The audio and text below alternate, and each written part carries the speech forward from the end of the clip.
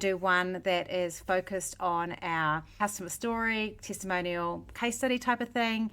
And then we do, and it's always relating back to some little nugget. So don't just go, I want to tell you the story, and I want it to be because some people struggle. So if you're introducing it, if you go, some people really struggle with this thing, and I wanted to tell you a story about one of my clients that had a breakthrough with this. That's how you would frame that. And then that last one can be quite a clear call to action of, come work with me. And if you did that, you could choose a topic.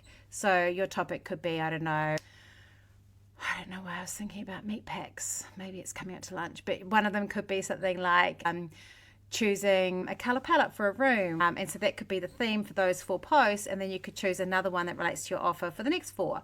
So you kind of do it that way. We're kind of taking that story through those 4 stages, and they are actually talking to slightly different stages of the customer journey as well.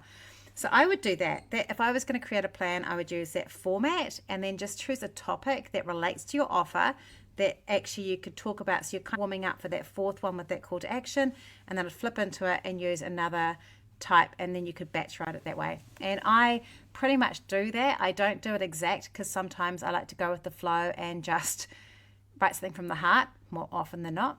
But I've been running for a long time, and I'm going to start using this structure as well a bit next year, because I know when I've done it and stuck to it, the results are better and people love it. They don't feel like they're selling to them.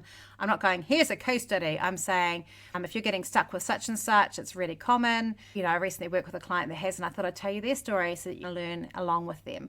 So we're not doing it like this week's my case study week, or here's my testimonial week. It's feeding it through the story of that focus that you've got under those 4 different formats, and it works super well.